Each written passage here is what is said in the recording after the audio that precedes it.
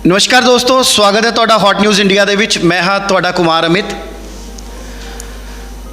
दोस्तों, असी एक प्रोग्राम उलीकिया सीगा, सवाल तुहाडे जवाब साडे। इस प्रोग्राम नूं तुहाडा बहुत ही ज़्यादा प्यार मिलिया, बड़ा तुसी इस प्रोग्राम नूं सराया ते अज असी इहदी दूजी लड़ी जिहड़ी तुहाडे कोल लैके आए हाँ, वो एक इहो जिहा मुद्दा है ਜਿਹੜਾ कि साडे हर किसी दे नाल जुड़िया होया है, पर बहुते लोगों नूं इहदे बारे बहुत ज़्यादा जानकारी नहीं हुंदी ते जाने अनजाने असी किसी एक पर्टिकुलर माशरे नूं ही असी उहदा दोषी ठहरा दिंदे हां। साडे कोल काफ़ी सवाल आए लोगों का, ये सानू कहना सीगा बई पिछले कुछ समय तो पूरे पंजाब दे विच तहसीलों दे विच खास तौर पर जिहड़ा पटवारियां दे नाल संबंधित काम काज है उहदे च उन्हां नूं बड़ी औकड़ां आ रही हैं, बड़ियां दिक्कतां आ रही हैं। कई काम हुंदे नहीं, पटवारी कोल जांदे ने ते ओह कहंदे आ भी ये काम असीं नहीं करना। बड़ी हैरानी वाली गल है भी सरकारी काम है तो सरकारी ही जिहड़े अफसर ने वो कहंदे आ भी असीं ये काम नहीं करना। अज इस विषय के उपर पटवारियां दे उपर लोगों के सवालों नूं लैके साडे कोल 7 सीनियर जिहड़े साडे ज़िले दे नहीं बल्कि पंजाब दे अहुदेदार जिहड़े रेवन्यू कानूनगो एसोसीएशन और रेवन्यू पटवार यूनियन दे जिहड़े 7 नुमाइंदे ने वो अज हॉट न्यूज़ इंडिया दे इस पैनल डिस्कशन ते आए हैं। पहले मैं तुहाडा उन्हां नाल तारुफ करवा दियां जी। सब तो पहले मैं स्वागत करदा जी नरिंदरपाल कंडा जी का, जिहड़े कि एक्स प्रेजिडेंट रेवन्यू कानूनगो एसोसीएशन पंजाब ने। स्वागत है कंडा जी तुहाडा। जगजीत सिंह जी जिहड़े कि सीनियर वाइस प्रधान ने, एक्स सीनियर वाइस प्रधान रेवन्यू पटवार यूनियन पंजाब दे। बहुत बहुत स्वागत है जगजीत जी तुहाडा जी। बूटा सिंह जी जिहड़े डिस्ट्रिक्ट प्रधान ने रेवन्यू कानूनगो एसोसीएशन पंजाब तो, मैं उन्हों का भी बहुत स्वागत करदा जी। Iqbal Singh ji district secretary revenue कानूनगो एसोसीएशन पंजाब। इकबाल जी तुहाडा भी बहुत बहुत स्वागत है भाजी। Baldev Singh ji ex senior vice president revenue पटवार यूनियन पंजाब। बलदेव जी तुहाडा भी अज बहुत बहुत स्वागत है जी इस खास डिस्कशन च। मनमोहन सिंह जी कैशियर रेवन्यू कानूनगो एसोसीएशन जलंधर, तुहाडा भी बहुत स्वागत है मनमोहन जी। राम प्रकाश जी जनरल सैकटरी ने रेवन्यू पटवार यूनियन जलंधर तहसील 2 दे। सो दोस्तों तुसी देखा भी ये जिहड़े 7 शख्सियतां साडे कोल आईयां अज, ये कोई ये नहीं है भी कोई इस विषय के उपर जिहड़े गल कर ना सकन या रोशनी ना पा सकन। ये वो बंदे ने जिन्हां नूं कई कई साल हो गए इस रेवन्यू डिपार्टमेंट दे नाल जुड़े हुए। अज दे इस पैनल डिस्कशन च खास तौर पर मेरे एक बहुत ही सीनियर पत्रकार साथी अशोक सिंह भारत भी साडे नाल जुड़े ने, उन्हां दा भी बहुत बहुत स्वागत है अशोक जी। कंडा जी पहले मैं सब तो तुहाडा तारुफ कराया सीगा ते मैं पहला सवाल तुहाडे तो ही शुरू करांगा अज दी डिबेट।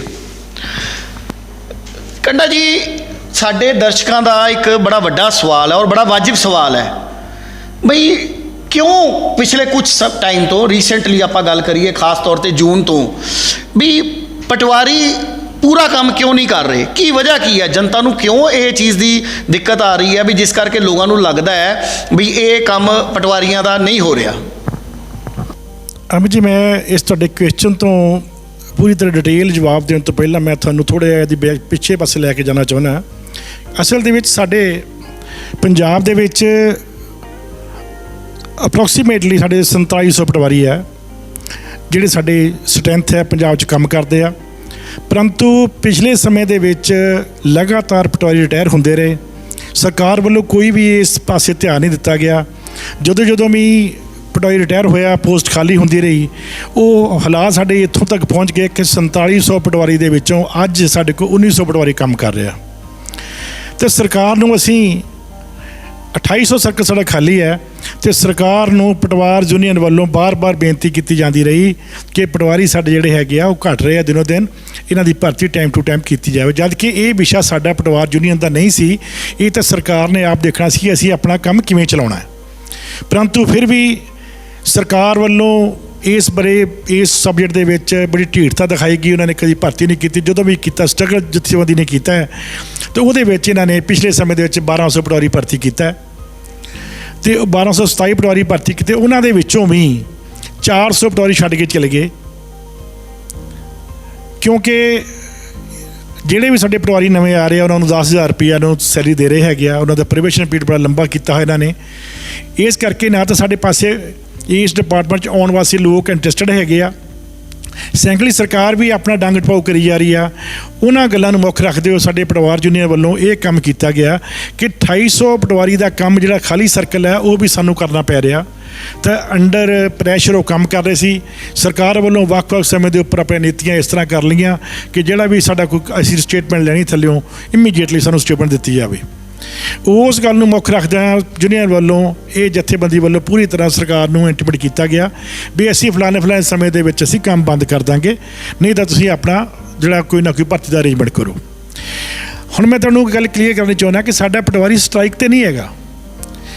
ਜਿਸ ਤਰ੍ਹਾਂ ਸਰਕਾਰ ਵੱਲੋਂ ਇਹ ਪਾਲਿਸੀ ਚੱਲ ਰਹੀ ਹੈ ਨੋ ਵਰਕ ਨੋ ਪੇ, ਸਿਮਿਲਰਲੀ ਉਸੇ ਤਰਜ਼ ਦੇ ਉੱਪਰ ਹੈ ਐਕਸਟਰਾ ਵਰਕ ਨੋ ਐਕਸਟਰਾ ਵਰਕ ਨੋ ਐਕਸਟਰਾ ਪੇ। ਸਾਨੂੰ ਕੁਝ ਦੇ ਨਹੀਂ ਰਹੇ, ਅਸੀਂ ਕੋਈ ਕੰਮ ਨਹੀਂ ਕਰ ਰਹੇ। ਕੰਡਾ ਜੀ, ਪਰ ਆਮ ਜਨਤਾ ਦੇ ਵੱਲੋਂ ਇੱਕ ਬੜਾ ਵੱਡਾ ਸਵਾਲ ਹੈ, ਕਿਉਂਕਿ ਦੇਖੋ ਤੁਸੀਂ ਅਹੁਦੇਦਾਰ ਹੋ, ਤੁਸੀਂ ਇਸ ਪੂਰੇ ਮਾਸ਼ਰੇ ਨੂੰ ਰਿਪਰੈਜ਼ੈਂਟ ਕਰਦੇ ਹੋ, ਤੁਸੀਂ ਲੋਕ ਜਿਹੜੇ ਬਹੁਤ ਸੀਨੀਅਰ ਬੰਦੇ ਹੋ।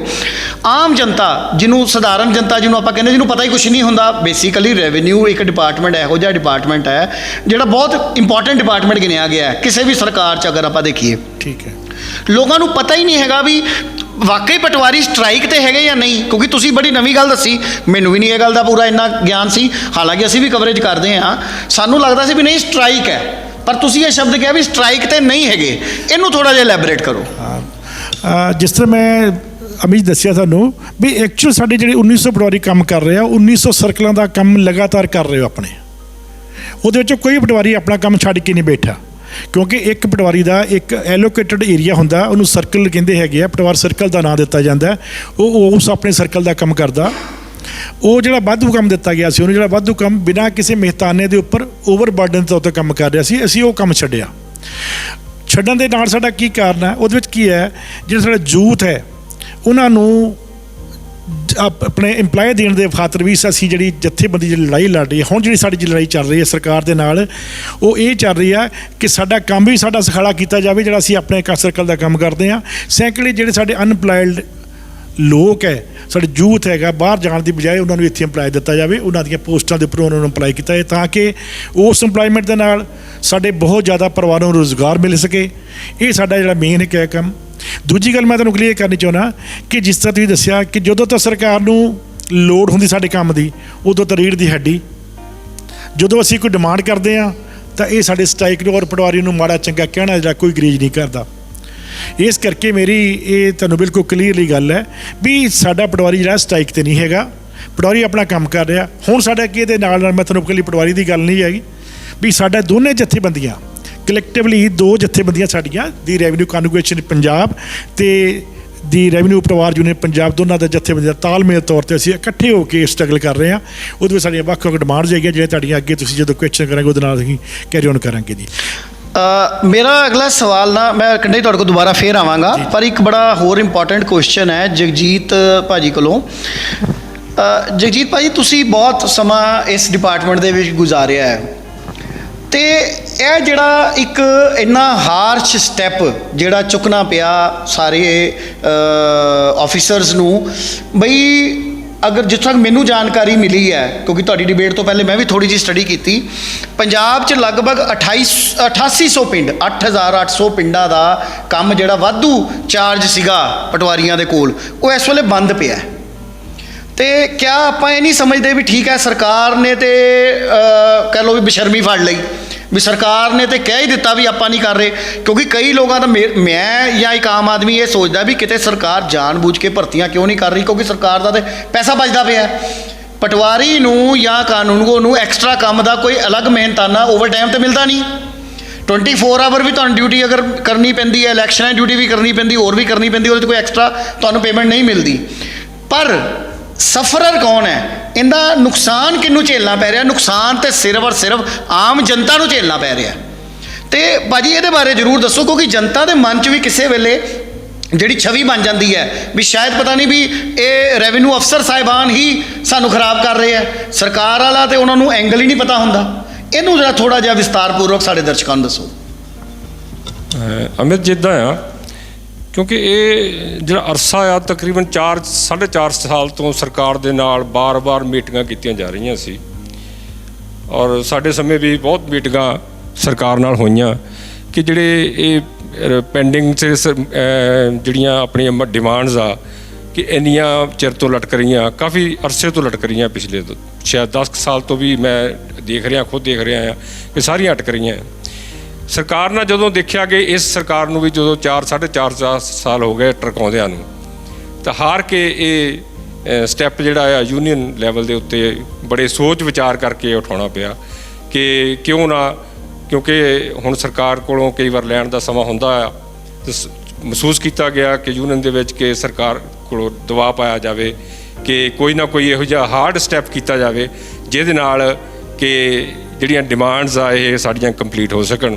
ਅਤੇ ਇਹਨੂੰ ਮੁੱਖ ਰੱਖਦੇ ਹੋਏ ਬੜੇ ਸੋਚ ਵਿਚਾਰ ਕਰਕੇ ਯੂਨੀਅਨ ਲੈਵਲ 'ਤੇ ਪਹਿਲਾਂ ਇਹ ਥੱਲੋਂ ਬਕਾਇਦਾ ਤਹਿਸੀਲ ਲੈਵਲ ਤੋਂ ਇਹ ਗੱਲਾਂ ਡਿਸਕਸ ਕਰਕੇ ਜ਼ਿਲ੍ਹੇ ਲੈਵਲ 'ਤੇ, ਪੰਜਾਬ ਲੈਵਲ 'ਤੇ ਵਿਚਾਰ ਕਰਕੇ ਕਿ ਕਿਉਂ ਨਾ ਹੁਣ 4.5 ਸਾਲ ਤੋਂ ਅਸੀਂ ਇਹ ਉਡੀਕ ਕਰ ਰਹੇ ਸੀ ਕਿ ਸਰਕਾਰ ਆਪਣੇ ਆਪ ਕੁਛ ਮੰਗਾਂ ਸਾਡੀਆਂ ਮੰਨੇ, ਪਰ ਨਹੀਂ, ਇੱਕ ਵੀ ਸਰਕਾਰ ਨੇ ਮੰਗ ਜਿਹੜੀਆਂ ਮੰਨ ਵੀ ਲਈਆਂ ਗਈਆਂ ਉਹਨਾਂ ਨੂੰ ਵੀ ਲਾਗੂ ਕਰਨ ਤੋਂ ਸਰਕਾਰ ਪਰਹੇਜ਼ ਕਰੀ ਜਾਂਦੀ ਹੈ।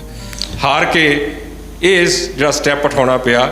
ਬੇਸ਼ੱਕ ਸਾਨੂੰ ਮਹਿਸੂਸ ਹੋ ਰਿਹਾ ਹੈ ਕਿ ਲੋਕ ਇਸ ਨਾਲ ਜਿਹੜੇ ਅਸੀਂ ਵਾਧੂ ਸਰਕਲ ਛੱਡੇ ਆ, ਇਹਦੇ ਨਾਲ ਜਿਹੜੇ ਉਸ ਪਿੰਡਾਂ ਦੇ ਲੋਕ, ਉਸ ਹਲਕੇ ਦੇ ਲੋਕ, ਉਹਨਾਂ ਨੂੰ ਕੰਮਾਂ ਦੇ ਵਿੱਚ ਕੋਈ ਤਕਲੀਫ ਆਉਂਦੀ ਆ, ਪਰ ਅਸੀਂ ਵੀ ਇਹ ਬਹੁਤ ਸੋਚ ਵਿਚਾਰ ਕਰਕੇ ਹੀ ਇਹ ਸਟੈਪ ਚੱਕਿਆ ਆ ਕਿ ਕਿਉਂ ਨਾ ਹੁਣ ਸਰਕਾਰ ਦੇ ਉੱਤੇ ਇਹ ਪ੍ਰੈਸ਼ਰ ਪਾਇਆ ਜਾਵੇ।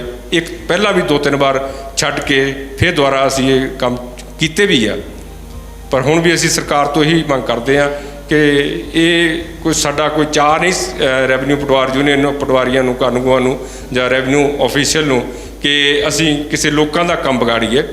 ਅਸੀਂ ਸਿਰਫ ਕਿਉਂਕਿ ਇੰਨੇ ਸਾਲਾਂ ਤੋਂ ਡਿਮਾਂਡਾਂ ਜਿਹੜੀਆਂ ਸਾਡੀਆਂ ਲਟਕਦੀਆਂ ਉਹਨੂੰ ਮਨਾਉਣ ਦੇ ਲਈ ਇੱਕ ਉਪਰਾਲਾ ਹੁਣ ਜ਼ਰੂਰ ਕਰਨਾ, ਕਿਉਂਕਿ ਸੰਘਰਸ਼ ਕਰਨਾ ਹਰ ਮੁਲਾਜ਼ਮ ਦਾ ਜੋ ਕੁਝ ਨਹੀਂ ਜਦੋਂ ਪ੍ਰਾਪਤ ਹੁੰਦਾ ਤਾਂ ਪ੍ਰਾਪਤ ਕਰਨ ਦੇ ਲਈ ਸੰਘਰਸ਼ ਕਰਨਾ ਪੈਂਦਾ ਆ। ਉਹ ਹਾਰ ਕੇ ਅਸੀਂ ਇਹ ਬਹੁਤ ਹੀ ਸੋਚ ਵਿਚਾਰ ਕਰਕੇ ਇਹ ਅਸੀਂ ਇਹ ਸਟੈਪ ਚੱਕਿਆ ਕਿ ਇੱਕ ਅਖੀਰਲਾ ਸਟੈਪ ਆ ਸਾਡਾ, ਇਹ ਅਸੀਂ ਕੰਮ ਬੰਦ ਕੀਤਾ ਸਾਰਾ ਹੁਣ। ਅਤੇ ਹੁਣ ਜਦੋਂ ਸਾਰੇ ਵਾਧੂ ਸਰਕਾਰਾਂ ਦਾ ਕੰਮ ਬੰਦ ਕੀਤਾ ਗਿਆ ਆ ਅਤੇ ਸਰਕਾਰ ਦੇ ਉੱਤੇ ਦਬਾਅ ਪਾਇਆ ਗਿਆ ਆ, ਅਤੇ ਦੇਖਦੇ ਹਾਂ ਹੁਣ ਸਰਕਾਰ ਕਿਸ ਪਾਸੇ ਸਾਡੇ ਨਾਲ ਗੱਲ ਆਉਂਦੀ ਆ। ਧੰਨਵਾਦ। ਜਗਜੀਤ ਜੀ, ਇੱਕ ਇਹਦੇ ਨਾਲ ਹੀ ਜੁੜਿਆ ਸਵਾਲ ਹੋਰ ਹੈਗਾ ਬਈ, ਠੀਕ ਹੈ, ਹਰ ਮੁਲਾਜ਼ਮ ਨੂੰ, ਹਰ ਅਫਸਰ ਨੂੰ ਆਪਣਾ ਹੱਕ ਲਈ, ਹੱਕ ਦੀ ਆਵਾਜ਼ ਉਠਾਉਣਾ ਕੋਈ ਗੁਨਾਹ ਨਹੀਂ ਹੈ, ਉਹਦਾ ਰਾਈਟ ਹੈ। ਬਟ ਇੱਕ ਚੀਜ਼ ਆਪਾਂ ਜਿਹੜੀ ਦੇਖ ਰਹੇ ਹਾਂ ਕਿ ਆਪਾਂ ਆਮ ਜਨਤਾ ਦੇ ਹਿਸਾਬ ਨਾਲ ਦੇਖੀਏ, ਅਸੀਂ ਕਿਤੇ ਨਾ ਕਿਤੇ ਪਿਛਲੇ ਕੁਝ 2-3 ਮਹੀਨਿਆਂ ਦੇ ਵਿੱਚ ਪੂਰੇ ਪੰਜਾਬ ਦੇ ਵਿੱਚ ਵੱਖ-ਵੱਖ ਮੁਲਾਜ਼ਮ ਜਥੇਬੰਦੀਆਂ ਵੱਲੋਂ ਸਰਕਾਰ ਦੇ ਖਿਲਾਫ ਲਗਾਤਾਰ ਰੋਸ ਪ੍ਰਦਰਸ਼ਨ ਕੀਤੇ ਗਏ। ਡੀਸੀ ਦਫ਼ਤਰ ਯੂਨੀਅਨ ਨੇ ਸਟ੍ਰਾਈਕ ਕੀਤੀ, ਕਿੰਨੇ ਦਿਨ ਲੰਬੀ ਚੱਲ ਗਈ। ਫਿਰ ਜਿਹੜੇ ਮਿਨਿਸਟਰ ਸਟਾਫ ਯੂਨੀਅਨ ਸੀ ਉਹਨਾਂ ਦੀ ਸਟ੍ਰਾਈਕ ਹੋਈ, ਈਵਨ ਵਿੱਚ ਤੁਹਾਡੀ ਸਟ੍ਰਾਈਕਸ ਵੀ ਆ ਗਈਆਂ ਵਿੱਚ। ਅਤੇ ਕਿਉਂ ਇਹ ਹਰ ਵੇਲੇ ਮੁਲਾਜ਼ਮਾਂ ਨੂੰ ਇੱਕ ਆਮ ਪੈਟਰਨ ਅਗਰ ਆਪਾਂ ਦੇਖੀਏ ਵੀ ਵਿਧਾਨ ਸਭਾ ਜਿਹੜੀਆਂ ਹੁਣ ਚੋਣਾਂ ਹੋਣ ਵਾਲੀਆਂ ਛੇਤੀ, ਉਸ ਤੋਂ ਪਹਿਲੇ ਹੀ ਕਿਉਂ ਜ਼ਿਆਦਾ ਪ੍ਰੈਸ਼ਰਾਈਜ਼ ਆਪਾਂ ਕਰਦੇ ਹਾਂ? ਕਿਉਂ ਰੂਟੀਨ ਦੇ ਵਿੱਚ ਕਿਉਂ ਤੁਹਾਡੀ ਜਥੇਬੰਦੀਆਂ ਦੀ ਮੀਟਿੰਗਸ ਹੁੰਦੀਆਂ ਰਹਿੰਦੀਆਂ, ਅਫਸਰ ਸਾਹਿਬਾਨ ਨਾਲ, ਉੱਪਰ ਲੀਡਰਸ ਦੇ ਨਾਲ ਵੀ ਹੁੰਦੀਆਂ? ਅਤੇ ਕਿਆ ਸਰਕਾਰ ਤੁਹਾਨੂੰ ਲੱਗਿਆ ਵੀ ਪਿਛਲੇ 4-4.5 ਸਾਲ 'ਚ ਬਿਲਕੁਲ ਹੀ ਸਰਕਾਰ ਜਿਹੜੀ ਹੈ ਗੂੰਗੀ ਬਹਿਰੀ ਹੋ ਗਈ ਸੀਗੀ? ਕਿਆ ਉਹਨੂੰ ਕੁਛ ਨਹੀਂ ਸੀ ਸੁਣਦਾ ਪਿਆ? ਹਾਂਜੀ ਅਮਿਤ ਜੀ, ਬਿਲਕੁਲ ਠੀਕ ਕਹਿ ਰਹੇ ਹੋ ਤੁਸੀਂ, ਕਿਉਂਕਿ ਤਕਰੀਬਨ ਹਰ 3 ਮਹੀਨੇ 6 ਮਹੀਨੇ ਬਾਅਦ ਕਿਸੇ ਨਾ ਕਿਸੇ ਡਾਇਰੈਕਟਰ ਲੈਵਲ ਦੇ ਉੱਤੇ, FCR ਲੈਵਲ ਦੇ ਉੱਤੇ, ਥੱਲੇ ਲੋਕਲ ਡਿਮਾਂਡ ਜਿਹੜੀਆਂ DC ਲੈਵਲ ਦੇ ਉੱਤੇ ਮੀਟਿੰਗਾਂ ਹੁੰਦੀਆਂ ਰਹੀਆਂ। ਪਰ ਸਰਕਾਰ ਦਾ ਵੀ ਇਹ ਵਤੀਰਾ ਤੁਸੀਂ ਦੇਖਿਆ ਹੀ ਹੋਣਾ ਕਿ ਹੋਰ ਕੇਸਾਂ ਦੇ ਵਿੱਚ ਵੀ ਜਿਹੜੀਆਂ ਸਰਕਾਰ ਜਿਹੜੀਆਂ ਸਹੂਲਤਾਂ 5 ਸਾਲ ਪਹਿਲਾਂ ਅਨਾਊਂਸ ਕਰਦੀ ਆ, ਲੇਕਿਨ ਉਹ ਸਹੂਲਤਾਂ ਅਖੀਰ 'ਤੇ ਆ ਕੇ ਹੀ ਲਾਗੂ ਕਰਦੀ ਆ। ਤੁਸੀਂ ਦੇਖਿਆ ਹੋਊਗਾ, ਬੜਾ ਮੈਂ ਪਿਛਲੀ ਇਹਦੇ ਵਿੱਚ ਨਹੀਂ ਜਾਣਾ ਚਾਹੁੰਦਾ ਕਿ ਤੁਸੀਂ ਦੇਖਿਆ ਹੋਊਗਾ ਕਿ ਪਿੱਛੇ ਜਿਹੜੀਆਂ 2-4 ਡਿਮਾਂਡਸ ਹੋਣੇ, ਉਹ ਤੇ ਜਗਜੀਤ ਜੀ, ਇਹ ਤਾਂ ਮੰਨਿਆ ਜਾਂਦਾ ਨਾ ਵੀ ਸਰਕਾਰ ਨੇ ਹੁਣ ਦੁਬਾਰਾ ਚੋਣਾਂ ਜਿੱਤਣੀਆਂ, ਵੋਟਾਂ ਮੰਗਣੀਆਂ, ਤੇ ਉਹਨਾਂ ਨੂੰ ਲੱਗਦਾ ਵੀ ਹੁਣ ਆਪਾਂ ਸਾਰੇ ਖੁਸ਼ ਕਰਦੀ ਆ ਅਖੀਰੀ ਸਮੇਂ ਤਾਂ ਜੋ ਦੁਬਾਰਾ ਉਹਨਾਂ ਨੂੰ ਵੋਟਾਂ ਪੈ ਜਾਣ। ਬਿਲਕੁਲ ਠੀਕ ਆ ਜੀ।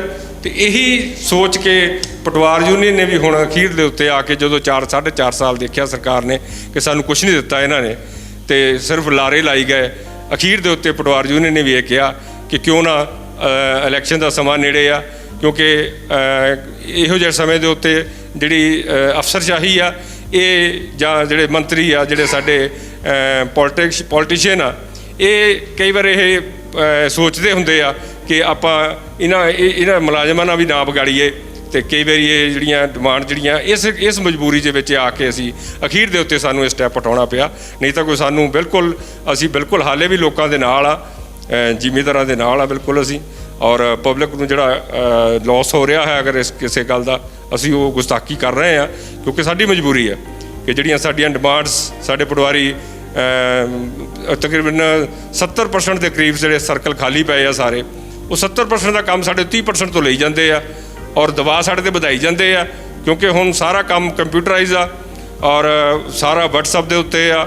ਅੱਜ ਅਸੀਂ ਕੁਐਸਚਨ ਸਾਡੇ ਕੋਲ ਕੁਛ ਵੀ ਆਉਂਦਾ ਨਾ ਕੁਐਸਚਨ ਔਰ ਉਹਦਾ ਜਵਾਬ ਕਈ ਵਾਰ ਸਾਡੇ ਕੋਲ 1 ਘੰਟੇ ਦੇ ਅੰਦਰ ਮੰਗਦੇ ਆ ਔਰ ਅਸੀਂ ਦਿੰਦੇ ਵੀ ਆ ਹੁਣ ਕਿਉਂਕਿ ਸਾਰਾ ਕੁਝ ਹੋ ਚੁੱਕਾ ਆ, ਕੰਪਿਊਟਰਾਈਜ਼ ਹੋ ਚੁੱਕਾ ਆ ਸਾਰਾ ਕੁਝ, ਅਸੀਂ ਜਵਾਬ ਉਸ ਵੇਲੇ ਦਿੰਦੇ ਆ।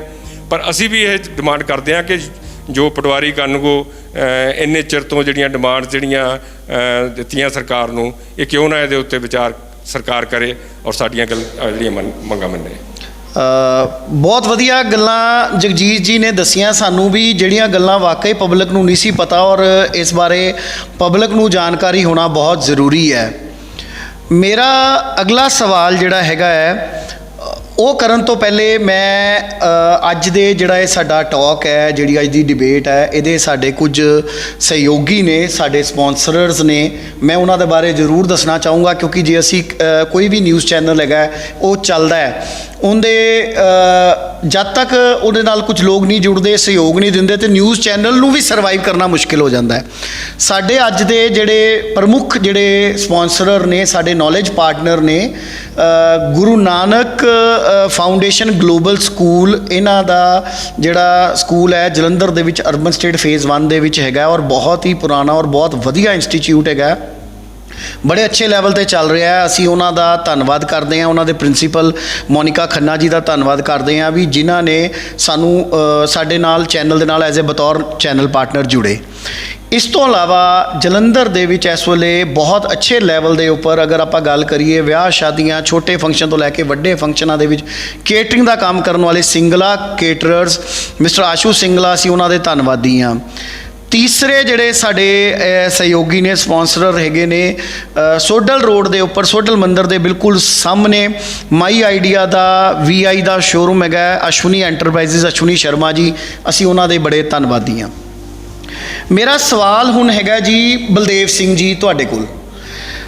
ਬਲਦੇਵ ਜੀ, ਇਹ ਗੱਲ ਮੰਨ ਲਈ ਬਈ ਸਰਕਾਰ ਨੇ ਤੁਹਾਡੀ ਨਹੀਂ ਸੁਣੀ, ਠੀਕ ਹੈ, ਤੁਹਾਡੀ ਸੁਣਵਾਈ ਨਹੀਂ ਹੋਈ, ਤੁਸੀਂ 4.5 ਸਾਲ ਚੀਕਦੇ ਰਹੇ, ਚਲਾਉਂਦੇ ਰਹੇ, ਸਰਕਾਰ ਦੇ ਕੰਨਾਂ 'ਚ ਆਪਣੀ ਗੱਲ ਪਾਉਂਦੇ ਰਹੇ, ਲੇਕਿਨ ਜਨਤਾ ਨੂੰ ਇਹਨਾਂ ਗੱਲਾਂ ਦਾ ਬਹੁਤਾ ਪਤਾ ਨਹੀਂ ਲੱਗਦਾ ਕਿਉਂਕਿ ਕਈ ਵਾਰੀ ਤੁਹਾਡੇ ਜਿਹੜੇ ਪ੍ਰੋਟੈਸਟ ਹੈ ਜਾਂ ਤੁਹਾਡੀਆਂ ਮੰਗਾਂ ਹੈ ਉਹ ਤੁਹਾਡੇ ਔਰ ਯੂਨੀਅਨ ਔਰ ਸਰਕਾਰ ਦੇ ਵਿੱਚ ਮੀਟਿੰਗਾਂ ਦੇ ਵਿੱਚ ਹੀ ਰਹਿ ਜਾਂਦੀਆਂ, ਆਮ ਜਨਤਾ ਦੇ ਕੋਲ ਜਾਗਰੂਕਤਾ ਨਹੀਂ ਹੁੰਦੀ ਉਹਦੀ।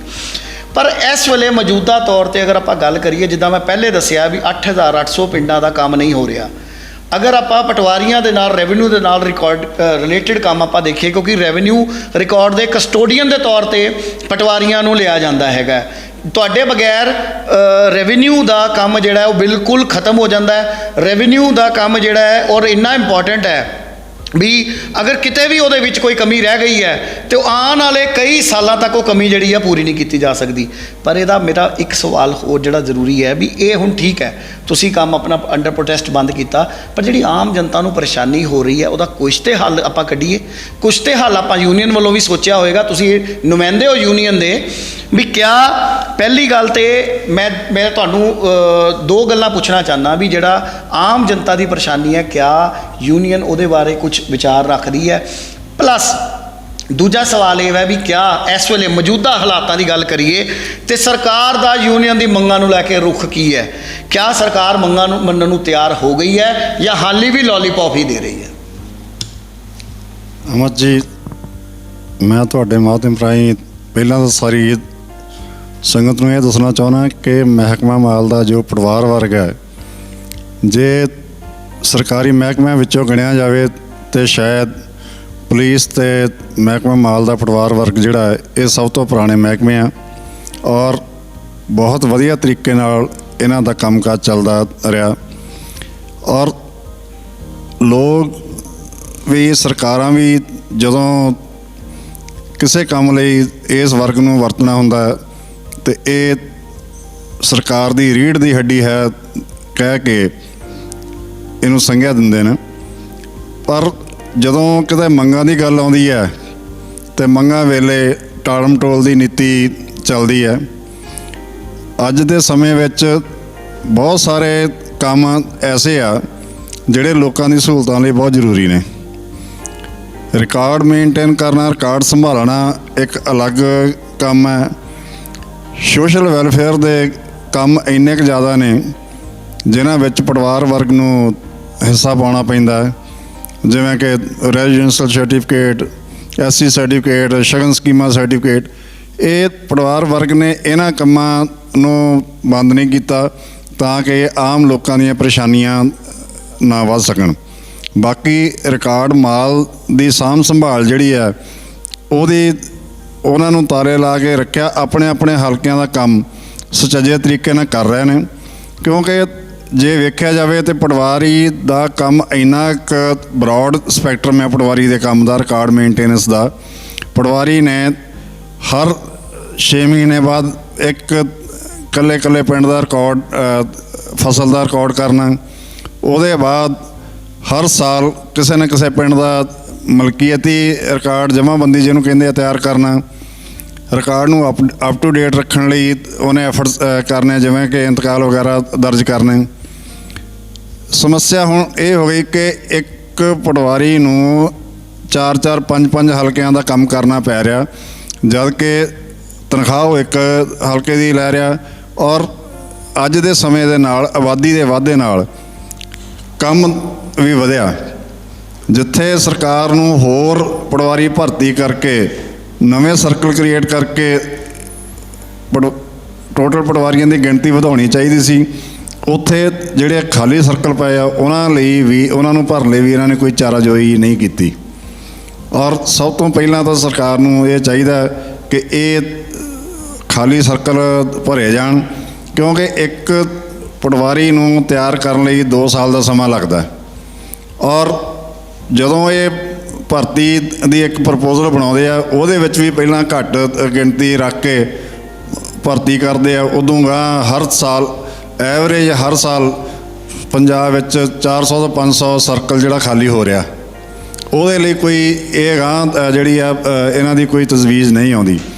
ਸੋ ਅਸੀਂ ਜਿਹੜਾ ਸਾਡਾ ਪਟਵਾਰ ਵਰਗ ਹੈ ਇਹ ਕਦੇ ਵੀ ਲੋਕਾਂ ਦੇ ਕੰਮਾਂ ਦੇ ਵਿੱਚ ਅੜਚਣ ਨਹੀਂ ਪਾਉਂਦਾ।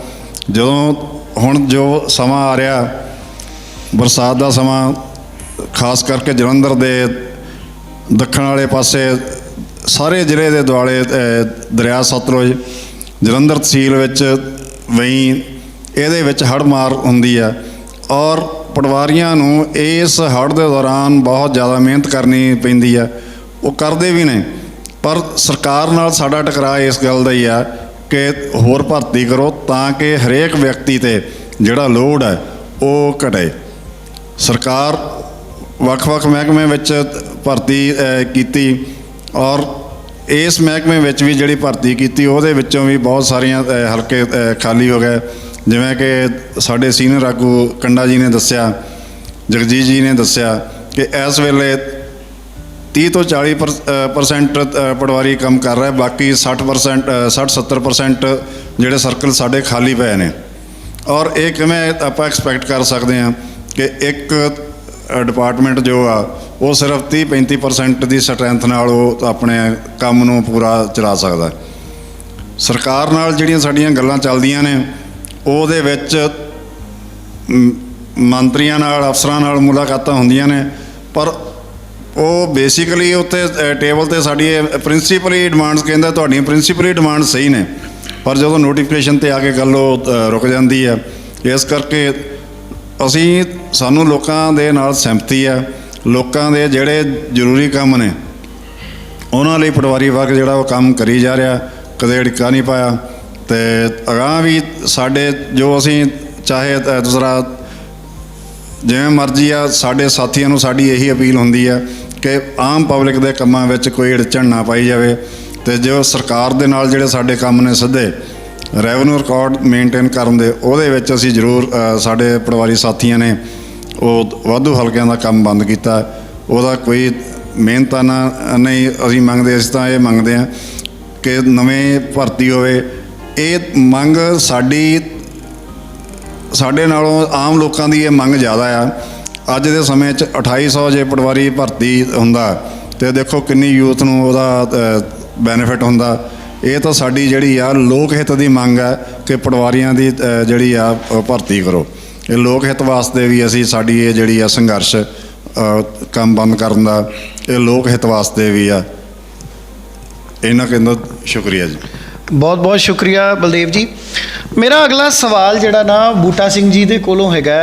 ਬੂਟਾ ਜੀ, ਇੱਕ ਗੱਲ ਜਿਹੜੀ ਬੜੀ ਮੈਨੂੰ ਪਤਾ ਚੱਲੀ, ਹੁਣ ਮੈਨੂੰ ਨਹੀਂ ਪਤਾ ਸਹੀ ਹੈ ਕਿ ਗਲਤ ਹੈ, ਮੇਰੀ ਜਾਣਕਾਰੀ 'ਚ ਆਇਆ ਜੋ ਗੱਲਾਂ ਇਹ ਦੱਸ ਰਹੇ ਹੋ, ਕੋਈ ਕਈ ਗੱਲਾਂ ਵਿੱਚ ਸ਼ੌਕਿੰਗ ਹੈ, ਆਮ ਜਨਤਾ ਤੱਕ ਇਹ ਗੱਲਾਂ ਅੱਜ ਤੱਕ ਪੁੱਜੀਆਂ ਹੀ ਨਹੀਂ। ਮੈਂ ਬੜਾ ਹੈਰਾਨ ਹੁੰਨਾ ਵੀ ਕਿਤੇ ਵੀ ਕਿਸੇ ਵੀ ਪਲੇਟਫਾਰਮ 'ਤੇ ਇਹ ਗੱਲਾਂ ਨਹੀਂ ਸਾਹਮਣੇ ਆਈਆਂ ਜੋ ਅੱਜ ਸਾਨੂੰ ਪਤਾ ਲੱਗ ਰਹੀਆਂ। ਮੈਨੂੰ ਪਤਾ ਲੱਗਿਆ ਵੀ ਆਦਮਪੁਰ ਦੇ ਵਿੱਚ ਕੋਈ ਇਹੋ ਜਿਹੇ ਪਟਵਾਰੀ ਸਾਹਿਬ ਹੈਗੇ ਨੇ, ਅਫਸਰ ਹੈਗੇ ਨੇ ਜਿਨ੍ਹਾਂ ਕੋਲ 8 ਸਰਕਲਾਂ ਦਾ ਚਾਰਜ ਹੈਗਾ। ਪਹਿਲੀ ਗੱਲ ਤਾਂ ਦੱਸੋ ਕਿਆ ਇਹ ਸਹੀ ਹੈ? ਤੇ ਜੇ ਉਹ ਸਹੀ ਹੈ ਤੇ ਮੈਨੂੰ ਨਹੀਂ ਸਮਝ ਆਉਂਦੀ ਵੀ ਇੱਕ ਆਦਮੀ ਹੈ, ਕੰਪਿਊਟਰ ਨਹੀਂ ਹੈ, ਕੋਈ ਮਸ਼ੀਨ ਨਹੀਂ ਹੈ, ਰੋਬੋਟ ਨਹੀਂ ਹੈ, 8 ਬੰਦਿਆਂ ਦਾ ਕੰਮ ਇੱਕ ਬੰਦਾ ਕਿਵੇਂ ਕਰ ਸਕਦਾ ਹੈ? ਪਹਿਲੀ ਗੱਲ ਇਹ ਹੋ ਗਈ। ਦੂਜੀ ਗੱਲ ਵੀ ਜੇ ਚਾਰਜ ਜਿੱਦਾਂ ਸਾਰਾ ਤੁਸੀਂ ਦੱਸਿਆ ਵੀ ਛੱਡੇ ਨੇ ਤੇ ਇਹਦੇ ਕੰਮ ਜਿਹੜੀ ਪੈਂਡੈਂਸੀ ਹੈ ਉਹ ਅਖੀਰ ਫੇਰ ਪਟਵਾਰੀਆਂ ਦੇ ਸਿਰ ਤੇ ਹੀ ਉਹ ਠੀਕਰਾ ਫੋੜਨਗੇ ਵੀ ਇਹ ਕੰਮ ਵੀ ਤੁਸੀਂ ਹੁਣ ਕਰੋ ਜੀ, ਹੁਣ ਤੁਸੀਂ ਤਾਂ ਪਹਿਲੇ ਇਹ ਕੰਮ ਛੱਡਤਾ ਸੀ ਤੇ ਦੁਬਾਰਾ ਫੇਰ ਕਰੋ। ਤੇ ਕਿਆ ਉਹ ਵੀ ਤਾਂ ਪਟਵਾਰੀਆਂ ਨੂੰ ਮੁੜ ਕੇ ਔਕੜ ਆਏਗੀ? ਇਹ ਦੋ ਸਵਾਲ ਨੇ ਮੇਰੇ। ਪਹਿਲਾ ਤੇ ਵੀ ਕਿਆ ਜਿਹੜੀ ਮੇਰੀ ਜਾਣਕਾਰੀ 'ਚ ਆਇਆ ਵੀ ਕਿਆ ਆਦਮਪੁਰ 'ਚ ਇਹੋ ਜਿਹੇ ਕੋਈ ਪਟਵਾਰੀ ਸਾਹਿਬ ਹੈਗੇ ਨੇ ਜਿਨ੍ਹਾਂ ਕੋਲ 8 ਸਰਕਲਾਂ ਦਾ ਚਾਰਜ ਹੈਗਾ? ਜੇ ਹੈਗਾ ਤੇ ਬੜੀ ਹੈਰਾਨ ਵਾਲੀ ਗੱਲ ਹੈ। ਤੇ ਉਹ ਕਿੱਦਾਂ ਕੋਪ ਅਪ ਕਰਦੇ ਹੋਣਗੇ? ਮੈਂ ਨਹੀਂ ਸਮਝਦਾ ਵੀ ਦਿਹਾੜੀ ਦੇ ਵਿੱਚ ਜੇ 8-10 ਘੰਟੇ ਜਾਂ 24 ਘੰਟੇ ਵੀ ਅਗਰ ਕੰਮ ਕਰ ਲੈ ਤੇ 8 ਬੰਦਿਆਂ ਦਾ ਕੰਮ ਇੱਕ ਬੰਦਾ ਨਹੀਂ ਕਰ ਸਕਦਾ। ਅਮਿਤ ਜੀ, ਆਦਮਪੁਰ ਦੇ ਵਿੱਚ ਵੀ ਇੱਕ ਪਟਵਾਰੀ ਦੇ ਕੋਲ 8 ਪਟਵਾਰੀ ਦਾ ਕੰਮ ਹੈ। ਔਰ ਮੈਂ ਤੁਹਾਨੂੰ ਹੋਰ ਦੱਸਾਂ, ਮਹਿਤਪੁਰ ਦੇ ਵਿੱਚ ਸਾਰੀ ਕਾਨੂੰਗੋਈ ਦੇ ਵਿੱਚ ਸਾਰੀ ਸਬ ਤਹਿਸੀਲ ਦੇ ਵਿੱਚ ਇੱਕੋ ਹੀ ਪਟਵਾਰੀ ਆ ਜੀ। ਮਹਿਤਪੁਰ ਵਿੱਚ ਕਿੰਨੇ ਸਰਕਲ ਉਹ 'ਚ ਆ ਜਾਂਦੇ ਜੀ? ਇੱਕ ਕਾਨੂੰਗੋ ਵਿੱਚ 10 ਸਰਕਲ ਹੁੰਦੇ। 10 ਸਰਕਲ ਹੋ ਗਏ ਨਾ ਪੂਰੀ ਕਾਨੂੰਨ ਵਿੱਚ? ਮਤਲਬ ਜਲੰਧਰ ਸ਼ਹਿਰ ਦੇ ਵਿੱਚ ਸਿਰਫ 9 ਸਰਕਲ ਆ, ਬਾਕੀ ਹਰ ਕਾਨੂੰਗੋ ਵਿੱਚ 10 ਸਰਕਲ ਆ। ਮਹਿਤਪੁਰ ਦੇ ਵਿੱਚ ਸਾਰੀ ਕਾਨੂੰਗੋ ਦੇ ਵਿੱਚ ਇੱਕੋ ਹੀ ਪਟਵਾਰੀ ਆ ਜੀ। ਮਤਲਬ ਇੱਕ ਪਟਵਾਰੀ 10 ਬੰਦਿਆਂ ਦਾ ਕੰਮ ਕਰ ਰਿਹਾ ਹੈ, ਕਰ ਰਿਹਾ ਸੀ ਜਾਂ ਮਤਲਬ ਚਲੋ ਹੁਣ ਤੇ 9 ਸਰਕਲ ਦਾ ਕੰਮ ਛੱਡ। ਜਾਣਕਾਰੀ ਮੁਤਾਬਕ ਦੱਸਾਂ, ਜ਼ਿਲ੍ਹਾ ਜਲੰਧਰ ਤੋਂ ਬਾਹਰ ਸਬ ਤਹਿਸੀਲ ਢਿਲਵਾਂ ਦੇ ਵਿੱਚ ਇੱਕ ਪਟਵਾਰੀ ਦੇ ਕੋਲ 34 ਪਿੰਡਾਂ ਦਾ ਕੰਮ ਹੈ ਜੀ। 34 ਪਿੰਡਾਂ ਦਾ? 34 ਪਿੰਡਾਂ ਦਾ ਕੰਮ ਇੱਕ ਪਟਵਾਰੀ ਕੋਲ ਸਬ ਤਹਿਸੀਲ ਢਿਲਵਾਂ ਦੇ। ਤੇ ਜੇ ਰੋਜ਼ ਇੱਕ ਪਿੰਡ ਤੇ ਵੀ ਜਾਵੇ ਤਾਂ ਵੀ ਮਹੀਨੇ 'ਚ ਮਹੀਨੇ ਮਤਲਬ ਇੱਕ ਪਿੰਡ ਦੀ ਵਾਰੀ ਦੂਜੇ ਦੀ ਕਦੋਂ ਆਊਗੀ? ਠੀਕ ਹੈ ਜੀ। ਕਿਉਂਕਿ ਜੇ 8 ਛੁੱਟੀਆਂ ਕੱਢ ਦਈਏ, ਬਾਕੀ ਹੋਰ ਛੁੱਟੀਆਂ ਕੱਢ ਦਈਏ, ਇਹਦਾ ਮਤਲਬ ਇੱਕ ਪਿੰਡ 'ਚ ਅੱਜ ਗਏ ਤੇ 2 ਮਹੀਨੇ ਬਾਅਦ ਉਸ ਪਿੰਡ 'ਚ ਦੁਬਾਰਾ ਵਾਰੀ ਆਊਗੀ। ਉਹ ਕੰਮ ਕਰੇਗਾ ਜੀ। ਇਹੀ ਗੱਲ ਜਿਹੜੀ ਪਹਿਲਾਂ ਸਭ ਤੋਂ ਪਹਿਲਾਂ ਕੰਡਾ ਜੀ ਨੇ ਵੀ ਦੱਸੀ ਸੀ ਕਿ 4700 ਪਟਵਾਰੀ ਦੀ ਪੋਸਟ ਜਿਹੜੀ ਹੈਗੀ ਆ ਅਪਰੋਕਸੀਮੇਟ ਪੰਜਾਬ ਦੇ ਵਿੱਚ ਹੈ। 1900 ਬੰਦਾ ਕੰਮ ਕਰ ਰਿਹਾ ਜੀ। ਪੋਸਟਾਂ ਇੰਨੀਆਂ ਖਾਲੀ ਹੈ। ਸਾਡੀ ਮੇਨ ਡਿਮਾਂਡ, ਮੇਨ ਮੰਗ ਵੀ ਅਸੀਂ ਇਸ ਸਰਕਾਰ ਕੋਲ ਇਹੀ ਰੱਖ ਰਹੇ ਹਾਂ ਕਿ ਜਿਹੜੇ ਖਾਲੀ ਸਰਕਲ ਆ ਉਹਨਾਂ ਦੇ ਵਿੱਚ ਪਟਵਾਰੀ ਤਾਇਨਾਤ ਕੀਤੇ ਜਾਣ। ਪਟਵਾਰੀ ਦੇ ਵਿੱਚ ਮਾਨਸਿਕ ਤੌਰ 'ਤੇ ਜਿਹੜਾ ਦਬਾਅ ਪਟਵਾਰੀ 'ਤੇ ਪ੍ਰੈਸ਼ਰ ਆ ਕੰਮ ਕਰਨ ਦਾ, ਇੱਕ ਜੇ 34 ਪਿੰਡਾਂ ਦਾ ਕੰਮ ਇੱਕ ਪਟਵਾਰੀ ਕਰੂਗਾ, ਜੇ ਮਹਿਤਪੁਰ ਦੇ ਵਿੱਚ ਇੱਕ ਪਟਵਾਰੀ 10 ਪਟਵਾਰੀਆਂ ਦਾ ਕੰਮ ਕਰੂਗਾ ਜੀ, ਉਹ ਸਿਰਫ ਆਪਣਾ ਰੋਜ਼ਨਾਮਾ ਭਰੇ, ਰਿਕਾਰਡ ਮੇਨਟੇਨ ਕਰੇ ਤਾਂ ਵੀ ਨਹੀਂ ਕਰ ਸਕਦਾ। ਪਬਲਿਕ ਨੂੰ ਡੀਲ ਕਰਦਾ ਕਿ ਭਾਜੀ ਇੱਕ ਚੀਜ਼ ਹੋਰ ਦੱਸਣਾ ਵੀ ਕਿਆ ਫਿਰ ਜੇ ਇੰਨਾ ਕੰਮ ਦਾ ਪ੍ਰੈਸ਼ਰ ਹੈ ਤੇ ਤੁਹਾਨੂੰ ਨਹੀਂ ਲੱਗਦਾ ਵੀ ਕੋਈ ਬੰਦਾ ਤੇ ਬਿਮਾਰ ਹੋ ਜਾਏਗਾ ਮੈਂਟਲੀ? ਸਰ, ਬੰਦੇ ਬਿਮਾਰ ਹੁੰਦੇ ਆ, ਸਾਡੇ ਬੰਦੇ ਛੁੱਟੀ ਲੈਂਦੇ ਆ, ਟੈਨਸ਼ਨ 'ਚ ਰਹਿੰਦੇ, ਹਰ ਵੇਲੇ ਅੰਡਰ ਪ੍ਰੈਸ਼ਰ ਕੰਮ ਕਰਦੇ ਆ। ਆਮ ਤੌਰ ਤੇ ਕਈ ਵਾਰੀ ਤੁਸੀਂ ਦੇਖੇ ਹੋਵੋਗੇ ਬੰਦਾ ਇੰਨਾ ਪ੍ਰੈਸ਼ਰ ਵਿੱਚ ਹੁੰਦਾ, ਨਾ ਤੇ ਆਪਣੇ ਪਰਿਵਾਰ ਦਾ ਖਿਆਲ ਰੱਖ ਸਕਦਾ, ਨਾ ਪਬਲਿਕ ਦਾ ਰੱਖ ਸਕਦਾ।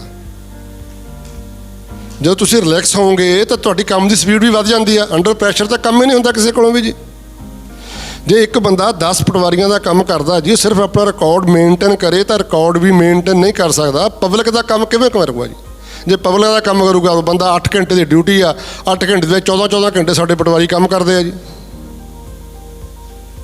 ਪਰ ਸਰਕਾਰ ਵੱਲੋਂ ਸਾਨੂੰ ਉਹਦੇ ਵਿੱਚ ਨਾ ਤਾਂ ਫਾਲਤੂ ਕੰਮ ਕਰਦਾ ਕੋਈ ਵਾਧੂ ਮਿਹਨਤਾਨਾ ਦਿੱਤਾ ਜਾਂਦਾ। ਅਸੀਂ ਵਾਧੂ ਮਿਹਨਤਾਨੇ ਦੀ ਡਿਮਾਂਡ ਵੀ ਨਹੀਂ ਕਰਦੇ। ਸਾਡੀ ਯੂਨੀਅਨ ਇਹੀ ਮੰਗ ਕਰਦੀ ਆ ਕਿ ਖਾਲੀ ਸਰਕਲਾਂ ਦੇ ਵਿੱਚ ਨਵੇਂ ਪਟਵਾਰੀ ਨਿਯੁਕਤ ਕੀਤੇ ਜਾਣ, ਸਾਡੇ 'ਤੇ ਕੰਮ ਦਾ ਪ੍ਰੈਸ਼ਰ ਘਟਾਇਆ ਜਾਵੇ, ਲੋਕਾਂ ਨੂੰ ਕੰਮ ਦੀ ਸਹੂਲਤ ਮਿਲੇ। ਜੇ ਮੇਰੇ ਕੋਲ ਮੇਰਾ ਆਪਣਾ ਹੀ ਕੰਮ ਹੋਵੇ, ਮੇਰੇ ਕੋਲ 10 ਪਟਵਾਰੀ ਆ ਜੀ, 10 ਸਰਕਲ ਆ, ਮੇਰੇ ਕੋਲ 5 ਪਟਵਾਰੀ ਆ, 5 ਖਾਲੀ ਆ। ਜੇ ਮੈਂ ਆਪਣਾ ਦਸਾਂ ਦਾ ਕੰਮ ਕਰਨਾ ਹੋਵੇ ਤਾਂ ਮੈਂ ਰੂਟੀਨ ਨਾਲ ਕੰਮ ਕਰਾਂ, ਬੜੇ ਆਰਾਮ ਨਾਲ ਕੰਮ ਕਰਦਾ। ਜਿੰਨੇ ਪਬਲਿਕ ਮੈਂ ਬੰਦੇ ਆਉਣਗੇ ਮੇਰੇ ਕੋਲ, ਮੈਂ ਹਰੇਕ ਬੰਦੇ ਨੂੰ ਪ੍ਰੋਪਰਲੀ ਡੀਲ ਕਰੂੰਗਾ, ਉਹਦੀ ਗੱਲ ਸੁਣੂੰਗਾ। ਜੇ ਕਿਸੇ ਨੂੰ ਕੋਈ ਪ੍ਰੋਬਲਮ ਆਉਂਦੀ, ਮੈਂ ਪਟਵਾਰੀ ਨੂੰ ਬੁਲਾ ਕੇ ਕਹੂੰਗਾ ਦੱਸੋ ਇਹਦਾ ਕੰਮ ਕਿਉਂ ਨਹੀਂ ਹੋ ਰਿਹਾ, ਕੀ ਪ੍ਰੋਬਲਮ ਹੈ। ਤੇ ਜੇ ਮੇਰੇ ਕੋਲ ਹੀ ਚੌਂ ਕਾਨੂੰਨਾਂ ਦਾ ਕੰਮ ਹੋਊਗਾ ਤਾਂ ਮੈਂ ਪਟਵਾਰੀ ਨੂੰ ਮਿਲ ਹੀ ਨਹੀਂ ਸਕੂੰਗਾ ਜੀ। ਸੇਮ ਪਟਵਾਰੀ ਦਾ ਜੇ ਇਹ ਪੈਟਰਨ ਕਾਨੂੰਗੋ ਦਾ, ਇਹ ਪਟਵਾਰੀ ਦਾ, ਜੇ ਪਟਵਾਰੀ ਦੇ ਕੋਲ ਇੱਕੋ ਸਰਕਲ ਹੋਏਗਾ ਤੇ ਜਿੰਨੇ ਬੰਦੇ ਵੀ ਕੰਮ ਵਾਲੇ ਆਉਣਗੇ ਸਾਰਿਆਂ ਨੂੰ ਪ੍ਰੋਪਰ ਉਹ ਡੀਲ ਕਰੇਗਾ, ਪ੍ਰੋਪਰ ਬਿਠਾ ਕੇ ਗੱਲ ਸੁਣੇਗਾ, ਉਹਦਾ ਕੰਮ ਕਰੇਗਾ। ਜੇ ਉਹ ਕੰਮ ਦੀ ਪ੍ਰੋਬਲਮ ਉਹਨੂੰ ਸਮਝਾਏਗਾ, ਜੇ ਉਸ ਤੋਂ ਉਹਦੇ ਵੱਸ ਦੀ ਗੱਲ ਨਹੀਂ, ਉਹ ਮੇਰੇ ਕੋਲ ਲੈ ਕੇ ਆਏਗਾ। ਮੇਰੇ ਕੋਲ ਕੰਮ ਨਹੀਂ ਹੁੰਦਾ, ਮੈਂ ਨਾਲ ਜਾ ਕੇ ਤਹਿਸੀਲਦਾਰ ਸਾਹਿਬ ਕੋਲ ਜਾਏਗਾ, ਉਹ ਦੱਸੇਗਾ ਆਹ ਸਾਰੇ ਦੀ ਪ੍ਰੋਬਲਮ ਹੈ, ਪ੍ਰੋਬਲਮ ਸੋਲਵ ਕੀਤੀ ਜਾਵੇ। ਤੇ ਜੇ ਪਟਵਾਰੀ ਕੋਲ ਦਸਾਂ ਪਟਵਾਰੀਆਂ ਦਾ ਕੰਮ ਹੋਏਗਾ ਤਾਂ ਬੰਦੇ ਨੂੰ ਪ੍ਰੋਪਰ ਡੀਲ ਹੀ ਨਹੀਂ ਕਰ ਸਕੇਗਾ ਜੀ। ਪ੍ਰੋਬਲਮ ਸੋਲਵ ਕਰਨ ਦੀ ਉਹ ਦੂਰ ਦੀ ਗੱਲ ਹੋ ਜਾਊ। ਜੋ ਕੁਝ ਸਾਡਾ ਅਕਸ ਖਰਾਬ ਹੋ ਰਿਹਾ ਜਾਂ ਜੋ ਪਬਲਿਕ ਵਿੱਚ ਇਮੇਜ ਜਾ ਰਹੀ ਆ ਕਿ ਰੈਵਨਿਊ ਡਿਪਾਰਟਮੈਂਟ ਵਿੱਚ ਕੰਮ ਨਹੀਂ ਹੋ ਰਿਹਾ, ਉਹਦੀ ਵਜ੍ਹਾ ਇੱਕੋ ਇੱਕ ਵਜ੍ਹਾ ਹੈਗੀ ਆ ਕਿ ਇੱਕ ਪਟਵਾਰੀ ਦੇ ਕੋਲ ਕੰਮ ਦੀ ਬਹੁਤਾਤ ਬਹੁਤ ਜ਼ਿਆਦਾ। ਅੰਡਰ ਪ੍ਰੈਸ਼ਰ ਬੰਦਾ ਕੰਮ ਕਰਦਾ, ਅੰਡਰ ਪ੍ਰੈਸ਼ਰ ਤਾਂ ਬੰਦਾ ਸਹੀ ਕੰਮ ਵੀ ਨਹੀਂ ਕਰ ਸਕਦਾ ਜੀ। ਕੰਡਾ ਜੀ, ਤੁਸੀਂ ਵਿੱਚ ਕੁਝ ਕਹਿਣਾ ਚਾਹ ਰਹੇ ਸੀਗੇ, ਮੈਂ ਦੇਖਿਆ ਤੁਹਾਨੂੰ, ਸ਼ਾਇਦ ਕੋਈ ਗੱਲ ਤੁਹਾਡੇ ਦਿਮਾਗ 'ਚ ਆਈ ਹੈ ਜਿਹੜੀ ਕੋਈ ਤੁਸੀਂ ਅਗਰ ਕਹਿਣਾ ਚਾਹੁੰਦੇ ਹੋ ਤਾਂ ਮੋਸਟ ਵੈਲਕਮ। ਜੀ ਮੈਂ ਇਸੇ ਗੱਲ ਨੂੰ ਅੱਗੇ ਲਿਜਾਣਾ ਚਾਹੁੰਦਾ ਸੀ, ਕਿਉਂਕਿ ਤੁਹਾਨੂੰ ਆਲ ਓਵਰ ਪੰਜਾਬ ਦੀ ਮੈਂ ਤੁਹਾਨੂੰ ਗੱਲ ਦੱਸਦਾ। ਜਿਸ ਤਰ੍ਹਾਂ ਸਾਹਿਬ ਬੂਟਾ ਸਿੰਘ ਨੇ ਦੱਸਿਆ ਵੀ ਮਹਿਤਪੁਰ ਦੇ ਵਿੱਚ ਇਹ ਹਾਲ ਆ, ਸਿਮਿਲਰਲੀ ਸ਼ਾਹਕੋਟ ਦੇ ਵਿੱਚ ਮੈਂ ਤੁਹਾਨੂੰ ਨਾਮ ਵੀ ਦੱਸਦਾ, ਦਲਜੀਤ ਸਿੰਘ ਪਟਵਾਰੀ ਸਾਡਾ ਹੈਗਾ, ਉਹਦੇ ਕੋਲ ਪੂਰੀ ਕਾਨੂੰਗੀ ਦਾ ਜਿਹੜਾ ਇੱਕੋ ਪਟਵਾਰੀ ਆ, ਉਹਦੇ ਵਿੱਚ ਮੇਰੇ ਖਿਆਲ ਉਹਦੇ 45 ਪਿੰਡ ਆ ਉਹਦੇ ਕੋਲ ਇਕੱਲੇ ਦੇ ਕੋਲ। ਔਰ ਮੋਰ ਓਵਰ ਤੈਨੂੰ ਹੋਰ ਤਰਾਸਦੀ ਦੀ ਗੱਲ ਦੱਸਦਾ, ਉਹ ਕਾਨੂੰਗੋ ਪ੍ਰਮੋਟ ਹੋ ਗਿਆ। ਉਹਦਾ ਚਾਰਜ ਲੈਣ ਵਾਸਤੇ ਉਹਦੇ ਕੋਲੋਂ ਕਾਨੂੰਗੋ ਦਾ ਚਾਰਜ ਲੈਣ ਵਾਸਤੇ ਕੋਈ ਪਟਵਾਰੀ ਸਾਡੇ ਕੋਲ ਨਹੀਂ ਹੈਗਾ। ਮਤਲਬ ਇੱਕ ਪਟਵਾਰੀ ਸਾਹਿਬ ਜਿਹੜਾ ਕਾਨੂੰਗੋ ਦਾ ਕੰਮ ਵੀ ਦੇਖ ਰਹੇ ਨੇ ਤੇ ਪਟਵਾਰੀ ਦਾ ਵੀ। ਮੈਂ ਇਹ ਇਤਰਾਜ਼ੀ ਕਰਦਾ, ਮੈਂ ਜਥੇਬੰਦੀ ਦੇ ਤੌਰ ਤੇ ਸਟੇਟ ਪ੍ਰੈਜ਼ੀਡੈਂਟ ਹੁੰਦਿਆਂ ਹੋਇਆਂ ਇਸ ਗੱਲ 'ਤੇ ਜ਼ੋਰ ਦਿੱਤਾ ਕਿ ਦੱਸੋ ਕੀ ਨਾਇਬ ਤਹਿਸੀਲਦਾਰ ਕੋਈ ਕਾਨੂੰਗੋ ਦਾ ਚਾਰਜ ਲੈ ਲੂ? ਕਿਸੇ ਨਾਇਬ ਤਹਿਸੀਲਦਾਰ ਨੂੰ ਪ੍ਰਮੋਟ ਹੋ ਗਿਆ, ਉਹਨੂੰ ਕਹੋ ਤੂੰ ਚਾਰਜ ਲੈ ਲੈ ਕਾਨੂੰਗੋ ਦਾ, ਉਹ ਲੈ ਲੂ? ਨਹੀਂ ਲਊਗਾ। ਸਿਮਿਲਰਲੀ ਸਾਡੇ ਵਿੱਚ ਵੀ ਆ, ਸਾਨੂੰ ਹੀਨ ਭਾਵਨਾ ਦਾ ਅਰਥ ਦਿਖਾਇਆ ਜਾ ਰਿਹਾ ਵਾ। ਅਸੀਂ ਕਾਨੂੰਗੋ ਹੁੰਦੇ ਹਾਂ, ਸਾਨੂੰ ਪਟਵਾਰੀ ਦਾ ਕੰਮ ਕਰਵਾਇਆ ਜਾ ਰਿਹਾ, ਫੋਰਸੀਬਲੀ ਕਰਵਾਇਆ ਜਾ ਰਿਹਾ। ਕਈ ਥਾਈਂ ਸਾਡੇ ਐਕਸ਼ਨ ਪ੍ਰਪੋਜ਼ ਕੀਤਾ ਜਾਂਦਾ, ਕਾਨੂੰਨ DC ਲਿਖ ਕੇ ਭੇਜ ਦਿੰਦੇ ਆ ਵੀ ਕਿਉਂ ਨਹੀਂ ਕੰਮ ਕਰ ਰਿਹਾ, ਕਿਉਂ ਚਾਰਜ ਨਹੀਂ ਲੈ ਰਿਹਾ। ਮੈਂ ਤੁਹਾਡੇ ਮਾਧਿਅਮ ਨੂੰ ਦੱਸਣਾ ਚਾਹੁੰਦਾ ਕਿ ਸਾਰੀ ਜਿਹੜੀ ਅਸਲ ਦੇ ਵਿੱਚ ਜਿੱਥੇ ਸਰਕਾਰ ਜ਼ਿੰਮੇਵਾਰੀ ਇਸ ਕੰਮ ਦੇ ਵਿੱਚ ਪਟਵਾਰੀਆਂ ਦੀ ਜਿਹੜੀ ਕਮੀ ਆ, ਉੱਥੇ ਸਾਡਾ ਕੰਮ ਵੀ, ਸਾਡੀ ਐਫੀਸ਼ੀਐਂਸੀ ਪ੍ਰਭਾਵਿਤ ਹੁੰਦੀ ਆ। ਸਾਡੇ ਕੰਮ ਦੀ ਜਿਹੜੀ ਕੁਆਲਿਟੀ ਆ ਉਹ ਬਹੁਤ ਜ਼ਿਆਦਾ ਮਾੜੀ ਹੁੰਦੀ ਆ, ਕਿਉਂਕਿ ਅਸੀਂ ਸਟ੍ਰੈਸ ਵਿੱਚ ਹੁੰਦੇ ਆ। ਜਿਹੜੀ ਸਾਡੀ ਐਕੂਰੇਸੀ ਆ, ਪਰੰਤੂ ਜਦੋਂ ਸਾਡੇ ਉੱਪਰ ਐਲੀਗੇਸ਼ਨ ਲੱਗਦੇ ਆ, ਕਿਸੇ ਤਰ੍ਹਾਂ ਦੇ ਨੈਗੇਟਿਵ ਪੋਜ਼ਿਟਿਵ ਲੱਗਦੇ ਆ, ਉਹ ਲੋਕਾਂ ਦੀ ਸੋਚ ਬਣ ਜਾਂਦੀ ਸ਼ਾਇਦ ਜਾਣਬੁੱਝ ਕੇ ਪਟਵਾਰੀ ਸਾਡੇ ਕੰਮ ਨਹੀਂ ਕਰਦੇ, ਪਰੰਤੂ ਉਹਦੇ ਪਿੱਛੇ ਕਾਰਨ ਇੱਕੋ ਹੀ ਹੁੰਦਾ ਕਿ ਓਵਰਬਰਡਨ ਕੰਮ ਦਾ ਹੁੰਦਾ। ਉਹ ਬੰਦਾ ਫਰਸਟਡ ਹੋ ਜਾਂਦਾ ਵਾ, ਆਪਣੇ ਪਰਿਵਾਰ ਨੂੰ ਵੀ ਡੀਲ ਨਹੀਂ ਕਰਦਾ ਅਤੇ ਆਪਣੇ ਕੰਮ ਨੂੰ ਵੀ ਡੀਲ ਨਹੀਂ ਕਰ ਸਕਦਾ। ਉਹ ਫਰਸਟਡ ਹੋਇਆ ਕਿਸੇ ਪਾਸੇ ਰਿਫਿਊਜ਼ ਕਰਦਾ ਅਤੇ ਉਹਦਾ ਨੈਗੇਟਿਵ ਸੈਂਸ ਜਿਹੜੀ ਲਈ ਜਾਂਦੀ ਹੈਗੀ ਆ। ਸੈਂਕੜੀ ਬੰਦਾ ਹੋ ਦੱਸਦਾ, ਨਵਾਂ ਸ਼ਹਿਰ ਦੇ ਵਿੱਚ ਇੱਕ ਪਟਵਾਰੀ ਆ, ਉਹਦੇ ਕੋਲ 2 ਕਾਨੂੰਗੋਆਂ ਦਾ ਚਾਰਜ ਹੈ। ਨਵਾਂ ਸ਼ਹਿਰ ਦੇ ਵਿੱਚ ਕੋਈ, ਉੱਥੇ ਬਹੁਤ ਮਾੜੀ ਹਾਲਤ ਹੈ। ਸਾਰੀ ਪੰਜਾਬ ਦੇ ਵਿੱਚ, ਬਠਿੰਡੇ ਦੇ ਵਿੱਚ ਸਾਡੇ ਇੱਕ ਪਟਵਾਰੀ, ਉਹਦੇ ਕੋਲ 11 ਸਰਕਲ ਹੈਗੇ ਆ ਜੀ। ਮਤਲਬ ਹਾਲਾਤ ਇਹਨੇ ਬਦਤਰ ਹੈਗੇ ਸਾਡੇ, ਵੀ ਸਾਡੇ ਕੋਲ ਕੋਈ ਸੋਰਸ ਨਹੀਂ ਹੈਗਾ। ਪਰੰਤੂ ਮੈਂ ਜਿੱਥੇ ਸਰਕਾਰ ਜੀ ਇਸ ਕੰਮ ਦੀ ਜ਼ਿੰਮੇਵਾਰੀ ਆ, ਸਰਕਾਰ ਆਪਣੀ ਇਸ ਭੂਮਿਕਾ ਦੇ ਵਿੱਚ ਜਿੱਥੇ ਉਹਨਾਂ ਨੇ ਭਰਤੀ ਕਰਨ ਤੋਂ ਆਨਾਕਾਨੀ ਕਰਦੀ ਆ, ਉੱਥੇ ਮੈਂ ਆਪਣੀ ਜਿਹੜੀ ਬਿਊਰੋਕ੍ਰੇਸੀ ਆ, ਐਡਮਿਨਿਸਟ੍ਰੇਸ਼ਨ ਨੂੰ ਵੀ ਇਸ ਗੱਲ ਤੋਂ ਮੈਂ ਬਰੀ ਨਹੀਂ ਕਰੂੰਗਾ, ਕਿਉਂਕਿ ਜਿਹੜਾ 100% ਕੰਟਰੋਲ ਜਿਹੜਾ ਵਾ ਸਾਡਾ ਸਟਰੈਂਥ ਆ, ਉਹ DC ਸਾਹਿਬ ਦੇ ਕੋਲ ਹੁੰਦਾ ਵਾ। ਕਿਉਂ ਨਹੀਂ ਸਮੇਂ ਰਹਿੰਦਿਆਂ DC ਸਾਹਿਬ ਨੇ ਇਨਫੋਰਮ ਕੀਤਾ ਸਰਕਾਰ ਨੂੰ?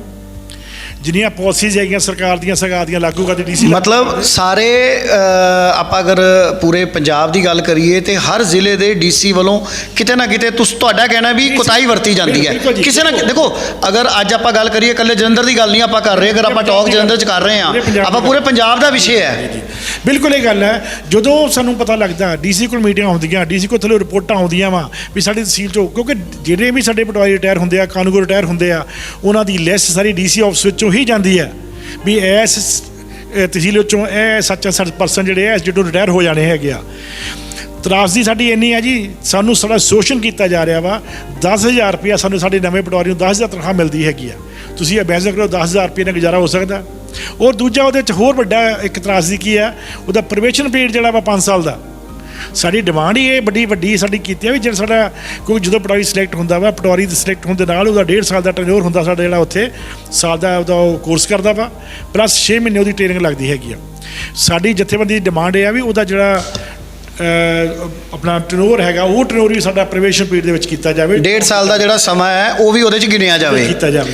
ਔਰ ਕਿਤੇ ਵੀ ਜਿਸ ਤਰ੍ਹਾਂ ਸਾਡੀ ਕੀ ਹੈ, ਮੈਂ ਤੁਹਾਨੂੰ ਤੁਹਾਡੇ ਬਾਰੇ ਦੱਸਦਾ, ਦੇਖੋ ਜਿਸ ਤਰ੍ਹਾਂ ਆਪਾਂ ਇਹ ਗੱਲ ਕਰਦੇ ਹਾਂ ਵੀ ਸਾਡੀ ਜਿਹੜੀ ਕੁਆਲੀਫਿਕੇਸ਼ਨ ਦੀ ਗੱਲ, ਵੀ ਸਾਡੀ ਕੁਆਲੀਫਿਕੇਸ਼ਨ ਕੀ ਹੈਗੀ ਆ। ਪਟਵਾਰੀ ਹੈ ਜਿਹੜਾ ਜੀ ਗ੍ਰੈਜੂਏਸ਼ਨ ਹੈ, ਔਰ ਜਿੰਨੇ ਵੀ ਆ ਸਾਰੇ ਜਿੰਨੇ ਟੋਟਲ ਜਿੰਨੇ ਬੰਦੇ ਆ ਜਿੰਨੇ ਵੀ ਸਾਡੀ ਡਿਪਾਰਟਮੈਂਟਸ ਹੈਗੇ ਸਾਰੇ ਗ੍ਰੈਜੂਏਸ਼ਨ ਹੈਗੀ ਆ ਜੀ, ਬਰਾਬਰ ਦੀ ਕੁਆਲੀਫਿਕੇਸ਼ਨ ਹੈ। ਸਿਰਫ ਪਟਵਾਰੀ ਆ ਜਿਹੜਾ 1.5 ਸਾਲ ਦਾ ਸਾਡਾ ਜਿਹੜਾ ਇੱਕ ਕੋਰਸ ਕਰਕੇ ਆਉਂਦਾ ਵਾ, ਟ੍ਰੇਨਿੰਗ ਲੈ ਕੇ ਆਉਂਦਾ, ਟੈਕਨੀਕਲੀ ਕੰਮ ਕਰਦਾ। ਈਵਨ ਮੈਂ ਤਾਂ ਕਹੂੰਗਾ ਡੀਸੀ ਨਾਲ ਵੀ ਜ਼ਿਆਦਾ ਆਪਾਂ ਕੰਮ ਕਰਨਾ ਪੈਂਦਾ ਉਹਨੂੰ ਜੀ, ਉਹਦੀ ਕੁਆਲੀਫਿਕੇਸ਼ਨ ਡੀਸੀ ਨਾਲ ਜ਼ਿਆਦਾ। ਡੀਸੀ ਦਾ ਆਰਟਸ ਦਾ ਸਬਜੈਕਟ ਕਰਕੇ ਇੱਕ ਭਾਵੇਂ ਉਹਨੇ IAS ਕਰਨੀ ਹੈਗੀ ਆ, ਪਰੰਤੂ ਉਹਨੂੰ ਉਸ ਟਾਈਮ ਦੇ ਉੱਪਰ ਇੱਕ ਵੱਖਰਾ ਕੋਚਿੰਗ ਲੈ ਲੂਗਾ। ਪਰੰਤੂ ਸਾਡਾ ਪਟਵਾਰੀ ਜਿਹੜਾ ਵਾ ਜੋ ਸਿਲੈਕਟ ਹੁੰਦਾ ਉਸੇ ਟਾਈਮ ਤੋਂ ਟੈਕਨੀਕਲ ਕੰਮ ਕਰਨਾ ਸ਼ੁਰੂ ਕਰਦਾ ਐਡਮਿਨਿਸਟ੍ਰੇਟਿਵ ਲੈਵਲ ਦੇ ਉੱਪਰ। ਤੇ ਸਾਡੀ ਜਿਹੜੀ ਪਬਲਿਕ ਡੀਲਿੰਗ ਦੇ ਸਾਡੀ ਬਹੁਤ ਜ਼ਿਆਦਾ ਸਾਡਾ ਰੋਲ ਹੁੰਦਾ।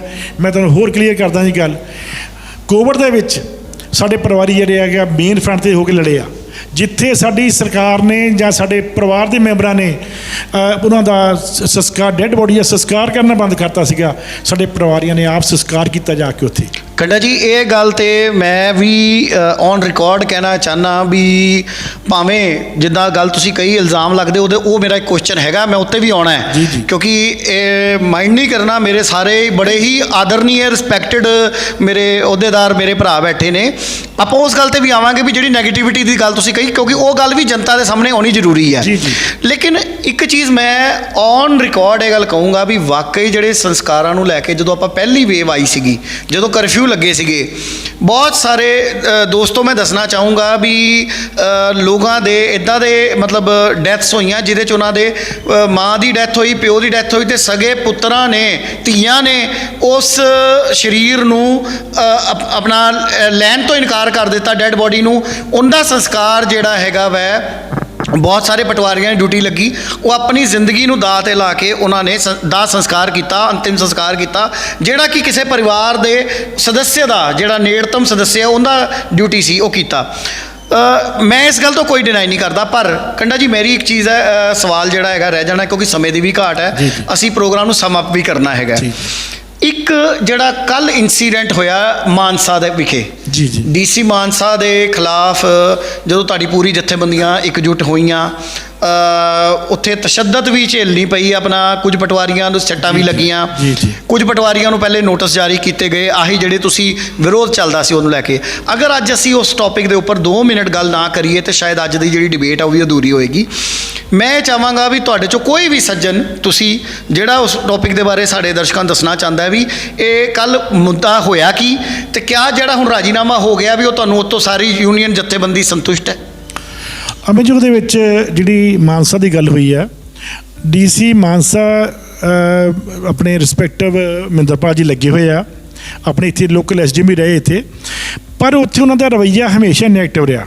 ਉਹਨਾਂ ਨੇ ਕੰਮ ਕਰਨ ਦੇ ਵਿੱਚ ਕਿਸੇ ਨੂੰ ਰਿਸਪੈਕਟ ਨਾਲ ਜਾਂ ਪੋਲਾਈਟਲੀ ਡੀਲ ਕਰਕੇ ਨਹੀਂ ਕਰਦੇ, ਉਹ ਆਪਣਾ ਇੱਕ ਡਿਕਟੇਟਰਸ਼ਿਪ ਨਾਲ ਕੰਮ ਕਰਾਉਂਦੇ ਆ। ਸਾਡੀ ਲੜਾਈ ਉੱਥੇ ਇਹ ਸੀ ਜਦੋਂ ਪਟਵਾਰੀਆਂ ਨੇ ਆਪਣੇ ਸਰਕਲਾਂ ਦਾ ਕੰਮ ਬੰਦ ਕਰਤਾ ਤਾਂ ਉਹਨਾਂ ਨੇ ਸ਼ੋਅਗਾਈ ਨੋਟਿਸ ਜਾਰੀ ਕਰਤੇ ਉਹਨਾਂ ਨੂੰ, ਜਿਹੜੇ ਵਾਇਲੇਸ਼ਨ ਹੈ, ਕਿਉਂਕਿ ਅਸੀਂ ਆਪਣੇ ਸਰਕਲ ਦਾ ਕੰਮ ਕਰ ਰਹੇ ਹਾਂ, ਵੀ ਦਾ ਪ੍ਰੈਜ਼ੀਡੈਂਟ ਐਟ ਪਰ ਸਰਕਲ, ਪਰੰਤੂ ਉੱਥੇ ਉਹਨਾਂ ਨੇ ਇੱਕ ਸ਼ੋਅਗਾਈ ਨੋਟਿਸ ਜਾਰੀ ਕੀਤੇ। ਔਰ ਈਵਨ ਜਿਹੜੇ ਪਟਵਾਰੀਆਂ ਦੇ ਜਿਹੜੇ ਡੈਥ ਬੈਨੀਫਿਟ ਸੀਗੇ, ਸਾਡਾ ਉੱਥੇ ਪਟਵਾਰੀ ਇੱਕ ਕੋਵਿਡ ਦੇ ਨਾਲ ਮਰਿਆ, ਡੈਥ ਹੋਈ ਉਹਦੀ ਮੈਸੇਜ ਦਾ ਸੀਗਾ, ਜੋਬ ਵਾਸਤੇ ਕੇਸ ਸੀ, ਉਸ ਪਰਸਨ ਨੇ ਉਸ ਕੇਸ ਨੂੰ ਅੱਜ ਤੱਕ ਉਹਨੂੰ ਫਾਈਲ ਨੂੰ ਅੱਗੇ ਨਹੀਂ ਤੋਰਿਆ। ਨਹੀਂ, ਪਰ ਜਿਹੜੀ ਸਾਨੂੰ ਮੀਡੀਆ ਨੂੰ ਜਾਣਕਾਰੀ ਮਿਲੀ ਹੈ ਵੀ ਕੱਲ ਉਹ DC ਸਾਹਿਬ ਨੇ ਮੰਨ ਲਿਆ, ਜਦੋਂ ਕੱਲ ਦਾ ਵਿਰੋਧ ਹੋਇਆ ਕਾਫੀ ਹੋ ਹੱਲਾ ਹੋਇਆ, ਜਦੋਂ ਪਟਵਾਰੀਆਂ ਦੇ ਸੱਟਾਂ ਵੀ ਲੱਗ ਗਈਆਂ, ਪੁਲਿਸ ਬਹੁਤ ਜ਼ਿਆਦਾ ਬੁਲਾਉਣੀ ਪਈ, ਕਿਉਂਕਿ ਇਹ ਜਿਹੜੀ ਚੀਜ਼ ਹੈ ਨਾ, ਦੇਖੋ ਕਈ ਵਾਰੀ ਦੂਸਰੇ ਜ਼ਿਲ੍ਹੇ ਦੀ ਗੱਲ ਦੂਸਰੇ ਇੱਕ ਹੋਰ ਜ਼ਿਲ੍ਹੇ 'ਚ ਪਤਾ ਨਹੀਂ ਚੱਲਦੀ ਖੁੱਲ੍ਹ ਕੇ। ਅਮੀ ਜਦੋਂ ਗੱਲ ਇਹ ਆ ਗਈ, ਸਟੇਟ ਬਾਡੀ ਨੂੰ ਇੰਟਰਵੀਨ ਕਰਨਾ ਪਿਆ ਉਹਦੇ ਵਿੱਚ।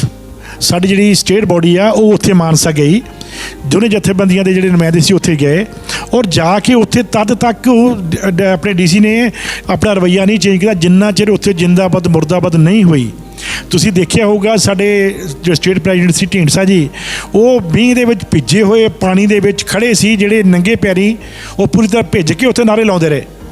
ਹੋਈ ਗੱਲਬਾਤ, ਇਹ ਤਾਂ ਟੇਬਲ ਦੇ ਉੱਪਰ ਜਦੋਂ ਅਮਿਤ ਜੀ ਟਾਕਸ ਹੁੰਦੀਆਂ ਉਹਦੇ ਵਿੱਚ ਕੁਝ ਲੈਣ ਦੇਣ ਹੁੰਦਾ ਹੀ ਆ, ਉਹਨਾਂ ਨੇ ਮੰਨ ਲਿਆ ਵੀ ਮੈਂ ਜਿਹੜੇ ਸ਼ੋਕਾਜ ਨੋਟਿਸ ਆ ਉਹ ਵੀ ਵਾਪਸ ਲੈਣਾ ਵਾ ਤੇ ਜਿਹੜੀ ਉਹਨਾਂ ਦਾ ਇੱਕ ਫਾਈਲ ਜਿਹੜੀ ਉਹ ਵੀ ਜਲਦੀ ਮੈਂ ਕਲੀਅਰ ਕਰ ਦਿੰਦਾ। ਤੇ ਹੁਣ ਜਥੇਬੰਦੀ ਸੰਤੁਸ਼ਟ ਹੈ ਕੱਲ੍ਹ ਵਾਲੇ ਉਹਨਾਂ ਦੇ ਹਾਂ, ਜਿਹੜਾ ਜੋ ਵੀ ਐਕਸ਼ਨ ਹੋਇਆ ਹੈ? ਦੇਖੋ ਪਤਾ ਕੀ ਹੈ ਜੀ, ਕਦੇ ਵੀ ਜਦੋਂ ਜਥੇਬੰਦੀ ਟੇਬਲ ਤੇ ਟਾਕ ਕਰਦੀ ਹੈ ਤਾਂ ਟੇਬਲ ਟਾਕ ਦੇ ਉੱਪਰ ਜਦੋਂ ਤੁਹਾਨੂੰ ਇਨਸ਼ੋਰ ਕੀਤਾ ਜਾਂਦਾ ਉਹਨੂੰ ਗੱਲ ਨੂੰ ਮੰਨਿਆ ਜਾਂਦਾ, ਕਿਉਂਕਿ ਐਟ ਏ ਗਲਾਸ ਤਾਂ ਕੁਝ ਵੀ ਨਹੀਂ ਹੁੰਦਾ, ਉਹ ਮੰਨ ਕੇ ਉਹਨੂੰ ਅੱਗੇ ਜਿਹੜੀ ਹੈਗੀ ਆ ਪੋਸਟਪੋਨ ਕੀਤਾ ਜਾਂਦਾ। ਪਰੰਤੂ ਜੇ ਉਹ ਫਿਰ ਵੀ ਨਹੀਂ ਕੰਮ ਕਰਦਾ ਹੈ ਤੇ ਜਥੇਬੰਦੀ ਫਿਰ ਜਿਹੜੀ, ਕਿਉਂਕਿ ਹੁਣ ਜਿਹੜਾ ਵਾਗਡੋਰ ਸਟੇਟ ਦੇ ਹੱਥ ਵਿੱਚ ਹੈਗੀ ਆ, ਜੋ ਵੀ ਐਕਸ਼ਨ ਹੋਊਗਾ ਸਟੇਟ ਲੈਵਲ ਦਾ ਹੋਣਾ ਉੱਥੇ। ਬਹੁਤ ਬਹੁਤ